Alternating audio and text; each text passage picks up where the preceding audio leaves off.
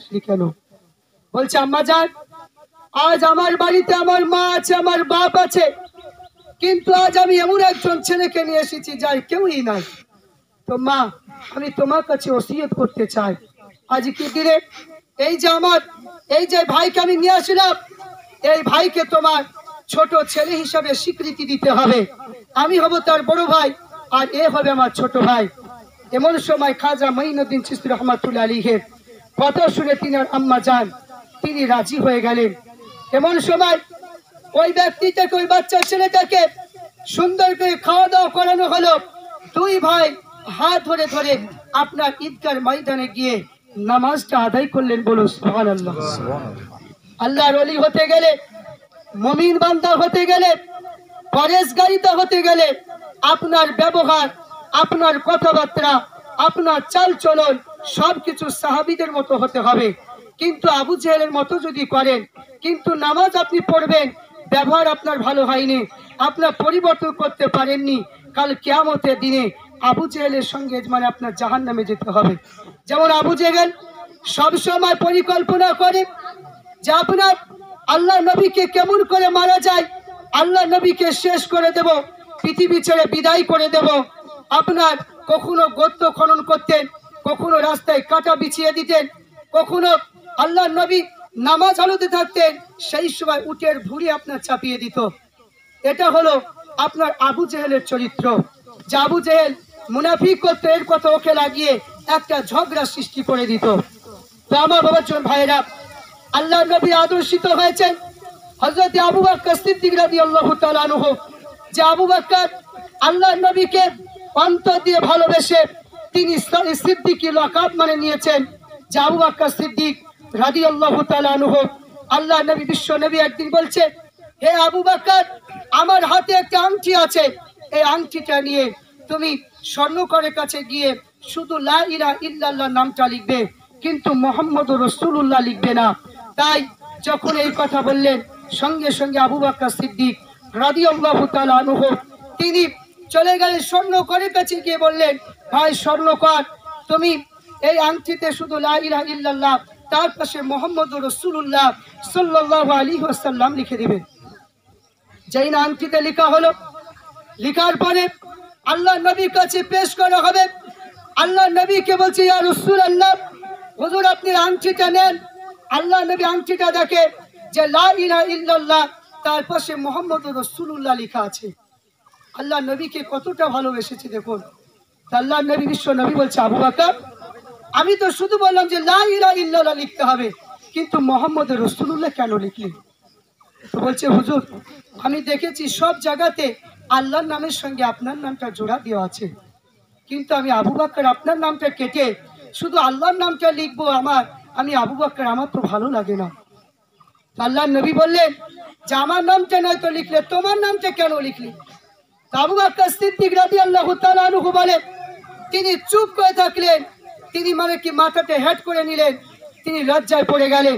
এমন সময় আল্লাহ পাক রব্বুল আলামিন জিবরাইলের মাধ্যমে জানিয়ে দিলেন যে আল্লাহ পাক জানিয়েছে আপনার আল্লাহ পাকের নামের সঙ্গে আপনার নামটা জোড়া দিয়ে দিয়েছে। আবু বকর আপনাকে এত মহব্বত করে, এই মহব্বতের জন্য আমার আল্লাহ পাক আবু বকরের ওই কাজটা পছন্দ করে নিয়ে আবু বকরের নামটা আল্লাহ পাক কুদরতিতে এই আংটির মধ্যে লিখে দিয়েছে। বলো সুবহানাল্লাহ। আজ আমরা সবাই মরে যাব, এমন একটা জায়গায় নামাজ পড়তে শুয়ে, তার পাশে হচ্ছে কারবালা, কত মানুষ সেখানে শুয়ে আছে। আজ অনেকে একটু খেয়াল করুন, যখন আমরা বাচ্চা থাকি প্রত্যেকটা বাড়িতে বাপ মা ওই বাচ্চাগুলো নতুন পোশাক পরিয়ে দেয়, হ্যাঁ কি না? আজ সেই বাপ মা যাদের চলে গিয়েছে তাদের অন্তরে হয়তো সেই বাপ মায়ের কথা মনে পড়ছে। কারণ আজকে যদি সেই বাপ মা যদি থাকতো, যার বাপ মা নাই সে তো ইতিম হয়ে গেল, তার কোনো মানে কি মূল্য নাই, তার অন্তরে এত মানে কষ্ট। বাপ মা থাকলে তার হিল্লা হয়। আমার বাবাচন ভাইরা, যার বাপ নাই সে মূল্যবান মানে কি জিনিসটা হারিয়ে ফেলেছে।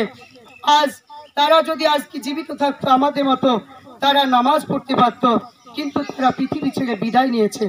আমরা সবাই এখানে উপস্থিত, আজ আমরা 1 মাস রোজা আমরা সবাই করেছি, হয়তো অনেকে করেনি, বিভিন্ন রকমের বাহানা দিয়ে বিভিন্ন অসুখ বিসুখের মাধ্যমে হয়তো কাটিয়েছে।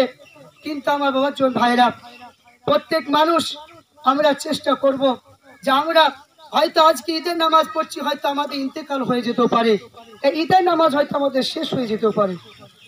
অনেক মানুষ মনে করে হয়তো আমরা দীর্ঘদিন বেঁচে থাকবো, কিন্তু না।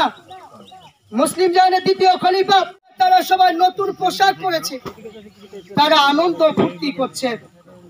এবং ইমাম হাসান হুসাইন রাদিয়াল্লাহু তাআলা আনহু, এরা দুজনে ছিঁড়া ফাটা পোশাক পরে আছে।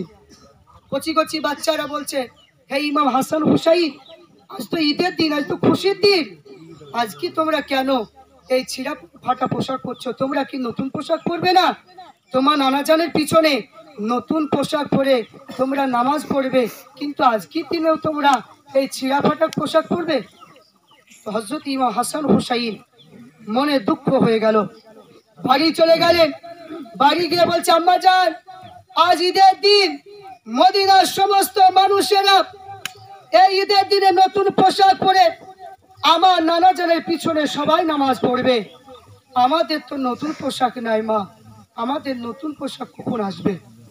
হযরত ফাতিমা রাদিয়াল্লাহু তাআলা আনহা বলছে, হে ইমাম হাসান হুসাইন, তোমরা দুই ভাই তোমরা গোসল করে এসো, তোমাদের জন্য নতুন পোশাক নিয়ে আসা হবে।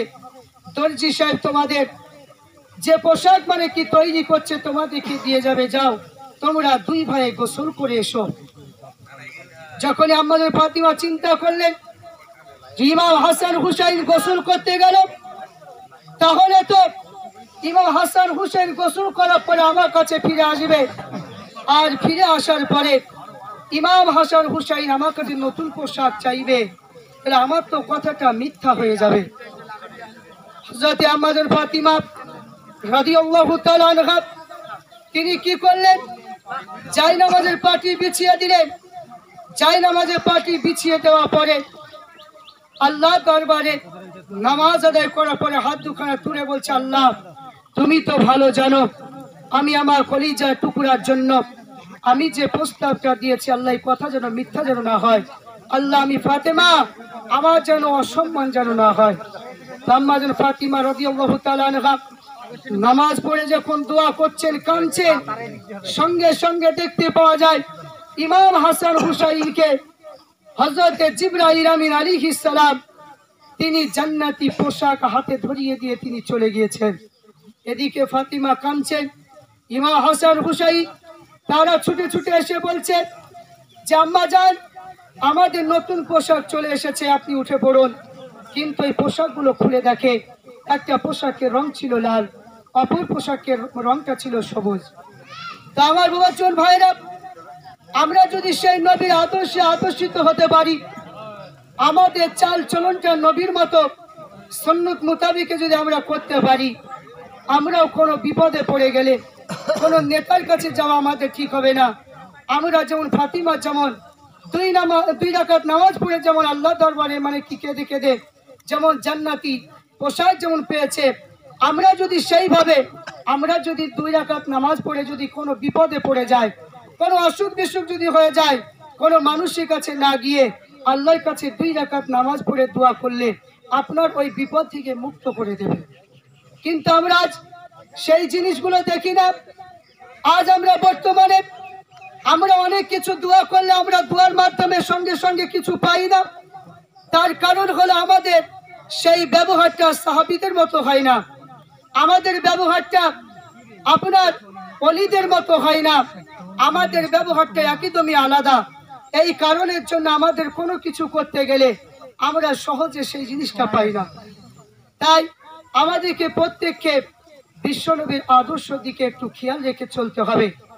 আল্লাহ নবী যেমন এতিমের যখন চোখের পানি মুছালেন, সেই রকম ভাবে চিস্তিয়া তরিকার পীর গরিবে নওয়াজ খাজা মাইনুদ্দিন চিশতি রহমাতুল্লাহ আলাইহি, যিনার বয়স ছিল মাত্র 5 থেকে 6 বছর বয়স, এই খাজা মাইনুদ্দিন চিশতি রহমাতুল্লাহ আলাইহি তিনি তিনার আব্বাজানের হাত ধরে ঈদের নামাজ পড়তে যাচ্ছেন।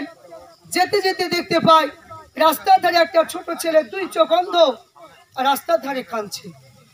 তো খাজা মাইনুদ্দিন চিশতি রহমাতুল্লাহ আলাইহি তিনি তিনার আব্বাজানের হাতটা ছেড়ে দিলেন। যেই না চলে গেলেন, ওই ছেলেটাকে বলছে, ভাই কিসের জন্য কাঁদছো? ওই ছেলেটা, অন্ধ ছেলেটা বলছে, ভাই তুমি কে? তো বলছে, আমার নাম হচ্ছে মাইনুদ্দিন।